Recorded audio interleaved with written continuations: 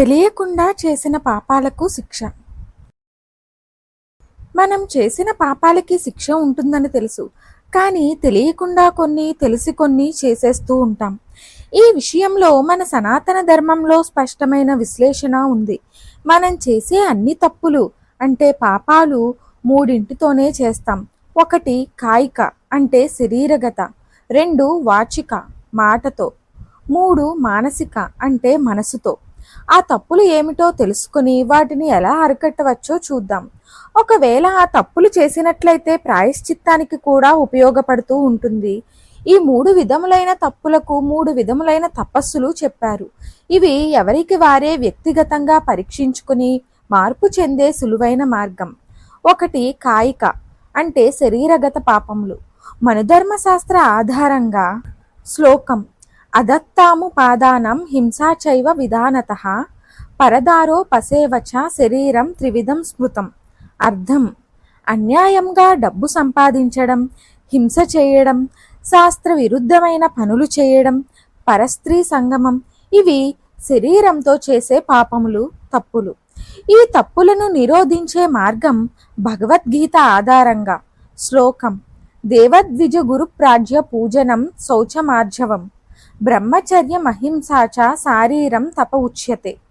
అర్థం: దేవతలను, బ్రాహ్మణులను, గురువులను, జ్ఞానులను పూజించడం, శరీరమును శుచిగా ఉంచడం, పవిత్రమైన ఆచారములు, డబ్బును, ఇతర ద్రవ్యములను న్యాయంగా సంపాదించడం, బ్రహ్మచర్యము అంటే తన భార్యతో తప్ప ఇతర స్త్రీల యందు కామదృష్టి లేకపోవడం, ఇతరులను హింసించకుండా ఉండడం ఇవి శారీరక తపస్సులు. రెండు వాచిక మాటతో చేసే పాపములు.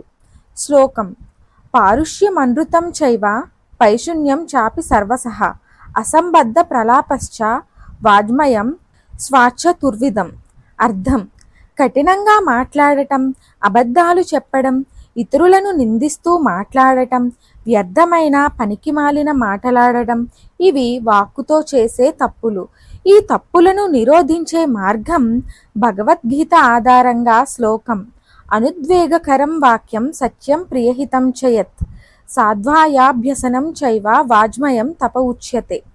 దీని అర్థం: ఉద్వేగం కలిగించకుండా మాట్లాడడం, ఇష్టముగా మరియు మేలు కలిగించే విధంగా మాట్లాడడం, యథార్థము మాట్లాడడం, వేద శాస్త్రములను పఠించడం, పరమేశ్వరుని నామజపం చేయడం ఇవి వాక్కుకి సంబంధించిన దోషాలను పోగొట్టే తపస్సు అనబడుతుంది. మూడు మానసిక పాపములు. శ్లోకం పరద్రవ్యేష్వాభిధ్యానం మానసానిష్ట చింతనం వితధాభిని వేసశ్చ త్రివిధం కర్మ మానసం. అర్థం: ఇతరుల డబ్బును, ద్రవ్యాలను దోచుకోవాలనే ఆలోచన, పరులకు కీడు తలపెట్టే ఆలోచన, శరీర అభిమానము ఇవి మనసుకు సంబంధించిన పాపములు.